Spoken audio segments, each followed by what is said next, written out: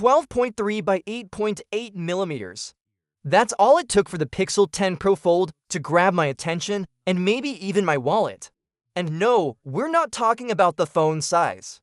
That's the footprint of its folded hinge area, the kind of tiny design detail that says, Google's getting serious about foldables. And they're not just chasing specs, they're chasing the feel, the refinement, the things you notice after living with the device for a while. In exactly 1 week, on August 20th, Google will pull the curtain back on its next big foldable, the Pixel 10 Pro Fold. And while most of the tech world is still split between foldables are the future and foldables are a gimmick, this one has the potential to nudge that conversation forward. Even with some possible drawbacks, it's shaping up to be one of the most interesting devices of the year. Let's address the obvious, $1,800. That's the rumored price tag if Google sticks to what the Pixel Fold 2 went for.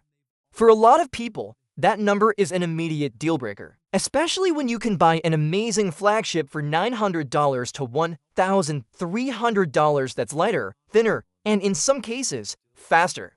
So why would anyone choose a foldable, and why would Google think they can charge top dollar for one? Because foldables are still a rare breed. They're not just phones, they're a statement. They're expensive because the engineering is complex, the components are specialized, and the market is still niche.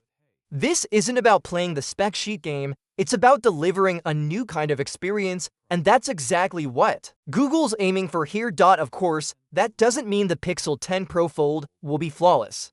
Rumors suggest it's running the new Tensor G5 chipset, and while Google's custom silicon is great for AI features, it's never been a raw power monster. If you're coming from a Snapdragon 8 Gen 4 phone, you might notice a gap in sheer speed.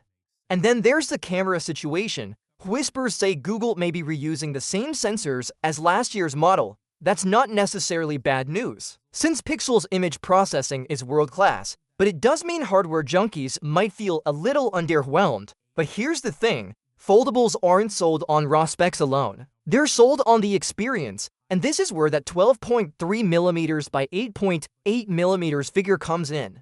Google has been refining the hinge, the feel of the fold, the way the device sits in your hand. The hinge isn't just smaller, it's tighter, smoother, and more discreet. That's the kind of detail that doesn't wow you on a spec sheet, but changes how you use the phone every single day. If you've ever handled a first-gen foldable, you know the hinge can make or break the whole experience. Too loose, and it feels cheap. Too stiff, and you dread opening it.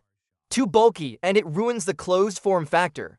Google seems to have learned from the competition and its own past efforts, dialing in that sweet spot. That's why this tiny measurement is such a big deal. It represents the maturing of the Pixel Fold line. And for anyone wondering if foldables have a future, this is the stage they need to reach when they stop feeling like prototypes and start feeling like polished, everyday devices. Sure, not everyone's ready to spend $1,800 on a phone, but those who do want it to feel worth every penny. From the hardware to the software. Speaking of software, this is where Google's secret weapon comes in. The Pixel Fold 2 already had some clever multitasking features, like drag and drop between apps, adaptive split-screen layouts, and the kind of thoughtful animations that make the transition between folded and unfolded seamless. Expect the Pixel 10 Pro Fold to push that even further, especially with AI tools now more deeply integrated into Android. Imagine context-aware app suggestions when you unfold, smarter resizing for apps that aren't optimized for large screens, and real-time language translation that takes advantage of both displays. The camera setup, even if it's carried over, will still benefit from Google's computational photography. Night sight, super race zoom, real tone. These features already lead the industry in consistency and accuracy.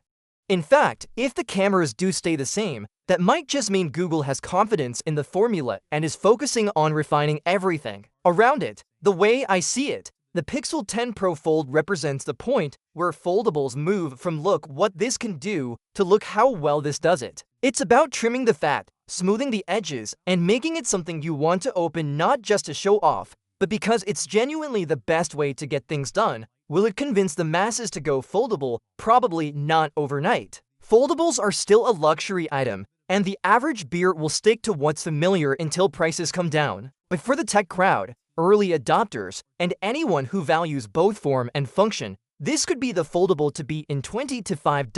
So when August 20th rolls around, all eyes will be on Google, not to see if they can make the most powerful phone, but to see if they can make the most compelling foldable. And if that tiny 12.3mm by 8.8mm hinge is any indication, they're already well on their way. What's your thoughts on this? Let me know in the comments section. See you in the next video. Take care!